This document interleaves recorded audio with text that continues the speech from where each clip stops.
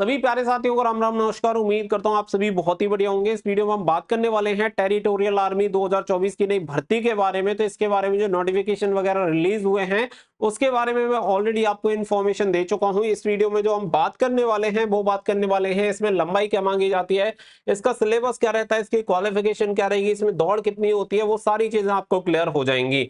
तो आप सभी को बता दें कि इसमें अगर आप पार्टिसिपेट करने में इंटरेस्टेड हैं तो वीडियो को आप लास्ट तक ध्यान से जरूर देखिएगा, क्योंकि बहुत सारे बच्चे क्या करते हैं आधी अधूरी जानकारी के साथ भर्ती में पार्टिसिपेट करने चले जाते हैं और फिर वहां से उन्हें रिजेक्शन मिलता है तो बहुत बुरा लगता है। तो आप पूरी चीजों को समझ के अगर आप एलिजिबल हैं तो आप इसके लिए अप्लाई करिएगा, यानी कि भर्ती में जाइएगा, अदरवाइज आप मत जाना। आपको कौन सी जगह पे जाना है, कौन से स्टेट की कहां भर्ती होगी, वो लास्ट वीडियो में मैंने बता दिया, तो उस वीडियो को जाके आप देख लेना अगर आपने अब तक नहीं देखी है तो।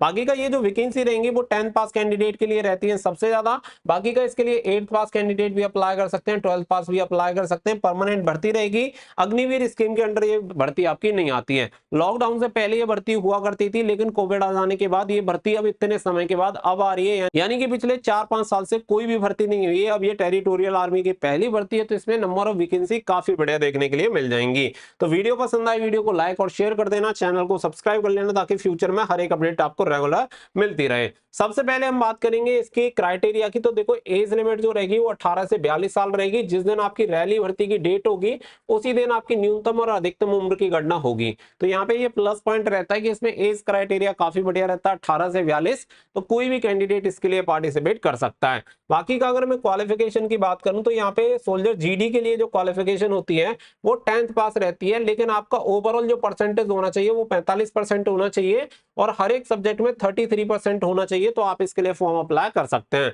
अगर आप सोल्जर किलर के लिए अप्लाई करना चाहते हैं तो 10+2 यानी 12th आपके पास होना चाहिए।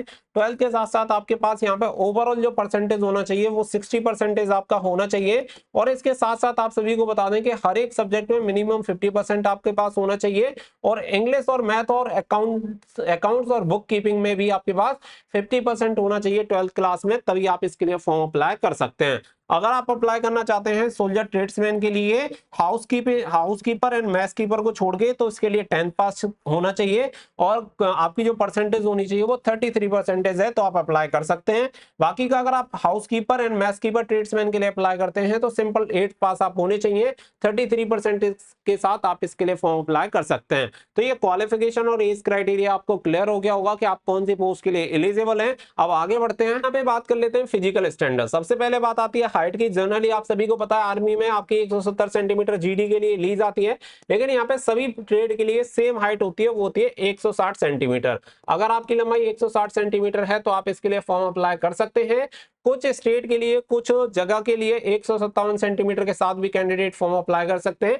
ये स्पेशल कैटेगरीज हैं, जैसे कि domicile of eastern Himalaya region, Sikkim, Nagaland, Arunachal Pradesh, Manipur, Tripura, Mizoram, Meghalaya, Assam, hill region of west Bengal, Darjeeling and जो आपकी कालिम्पोंग डिस्ट्रिक्ट है वहां से, और Indian domicile Gorkha, Garhwali and Ladakhi जो रहेंगे उनके लिए 157 सेंटीमीटर रहती है। बाकी का सीना नॉर्मल होना चाहिए 77 सेंटीमीटर, 5 सेंटीमीटर के फुलाव के साथ 82 सेंटीमीटर आपका सीना होना चाहिए। तो ये रहता है आपका क्राइटेरिया। बाकी का जो वेट रहता है वो हाइट के अकॉर्डिंग आपका होना चाहिए। अगला जो पॉइंट आता है बेटा वो आता है आपका फिजिकल फिटनेस टेस्ट, यानी कि आपकी जो पीएफटी जो होता है इसमें 1.6 किलोमीटर की रनिंग होती है, जिसे 1 मील हम कहते हैं। तो 1 मील की रनिंग होगी, इसमें एज के अकॉर्डिंग आपकी रनिंग होती है, यानी 18 से 30 के लिए अलग और 31 से लेके 42 साल के लिए अलग। ये जो आपकी रनिंग होती है इसके लिए 100 नंबर, फिजिकल के लिए पूरे 100 नंबर आपको दिए जाते हैं। आपको जीडी के लिए और ट्रेड्समैन के लिए, अगर आप क्लर्क के लिए अप्लाई करते हैं तो यहाँ पे आपको कोई भी नंबर नहीं दिए जाएंगे। अब इसमें अगर आप देखेंगे तो 2 इवेंट होते हैं जिसके लिए नंबर आप सभी को मिलते हैं। एक आपकी रनिंग जिसके लिए 60 नंबर अधिकतम मिलेंगे। दूसरा आपका होता है पुलअप्स, यानी जिसे चिनअप बोलते हैं, कोई बीम बोलता है, इसके लिए 40 नंबर आपको दिए जाते हैं। साथ ही में जो 9 फीट का गड्ढा होता है वो भी आपको कूदना होता है, उसके लिए कोई नंबर नहीं होते हैं, केवल क्वालिफाइंग नेचर का होता है। अब अगर आपकी उम्र 18 से 30 साल के बीच में है तो अगर आप रनिंग करते हैं 5 मिनट 30 सेकंड तक तो आपको 60 नंबर मिलेंगे, और 5 मिनट 31 सेकंड से लेके 5 मिनट 45 सेकंड करेंगे तो 40 नंबर आपको दिए जाएंगे। इसके अलावा अगर इससे ऊपर टाइम लेते हैं तो फेल हो जाएंगे। दो ग्रुप आपके बनेंगे, group first and group second. इसके अलावा 31 से 42 साल जिनकी उम्र है उनके लिए जो रनिंग टाइम रहेगा 6 मिनट 15 सेकंड तक करते हैं तो 60 नंबर, और इससे ऊपर अगर 6 मिनट 16 सेकंड से लेके 6:30 तक करते हैं तो 40 नंबर आपको दिए जाएंगे। इसके अलावा जो आपकी पुलअप्स होते हैं, इसमें अगर आपकी उम्र 18 से 30 साल के बीच में है तो 10 करने वाले कैंडिडेट को 40 नंबर, 9 करने वाले कैंडिडेट को 33 नंबर, 8 करने वाले को 27, 7 करने वाले को 21, 6 करने वाले को 16, और इससे नीचे वाला कैंडिडेट हो जाएगा डिस्क्वालीफाई। ऐसे ही अगर आपकी उम्र 31 से 42 साल के बीच में है तो आपको अधिकतम 9 करने हैं, और 9 या 9 से ऊपर करने पे पूरे 40 नंबर मिल जाएंगे। यहाँ पे केवल एक बीम का फायदा होता है, यानी कि जहां पे आपको 18 से 30 पे 9 करने पे जितने नंबर मिल रहे थे यहाँ 8 करने पे मिल जाएंगे। तो 8 करने पे 33, 7 करने पे 27, 6 करने पे 21, 5 करने पे 16 और 5 से नीचे करने पे फेल। अब बात आती है सबसे मोस्ट इंपोर्टेंट चीज, वो है आपका सिलेबस।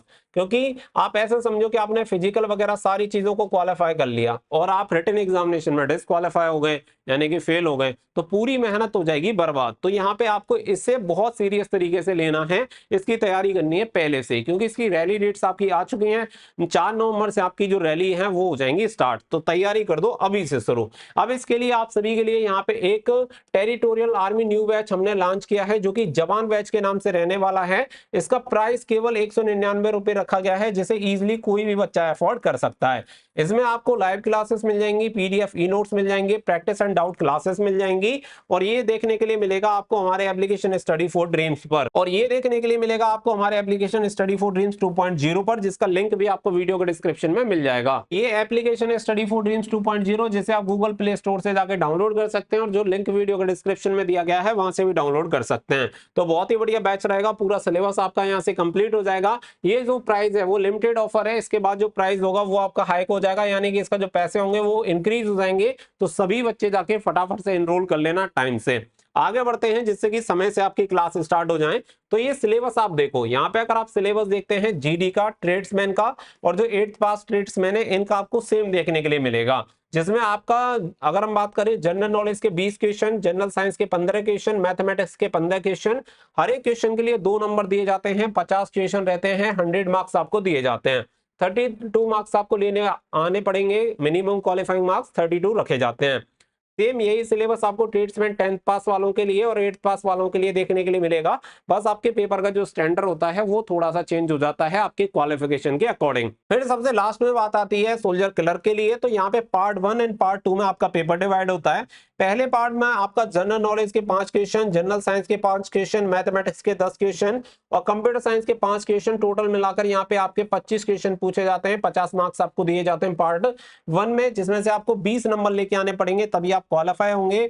पार्ट 2 आपका रहता है जनरल इंग्लिश का, 25 क्वेश्चन रहते हैं, 50 मार्क्स दिए जाते हैं, इसमें भी आपको 20 नंबर लेके आने पड़ेंगे, यानी 50 क्वेश्चन के लिए 100 मार्क्स आपको दिए जाते हैं। तो आपका जो सिलेबस है वो लगभग आपका अग्निवीर जैसा ही है। तो यहाँ पे ये जो आपका सिलेबस है वो आपको करना है कंप्लीट, और टाइम से कंप्लीट कर लीजिए ताकि इस बार आपका जो सिलेक्शन है वो आपका हो पाए, क्योंकि लंबे समय के बाद वैकेंसी है, तो वैकेंसी भी अच्छी खासी है, पोस्ट भी अच्छी खासी है, तो सिलेक्शन के चांसेस भी बेटा आपके बढ़ जा रहेंगे। तो सभी जाइए और इस वाले बैच से जाके आज ही कनेक्ट हो जाइए। उम्मीद करता हूं कि ये बैच आपको सिलेक्शन दिलाने में काफी ज्यादा सहायता करेगा।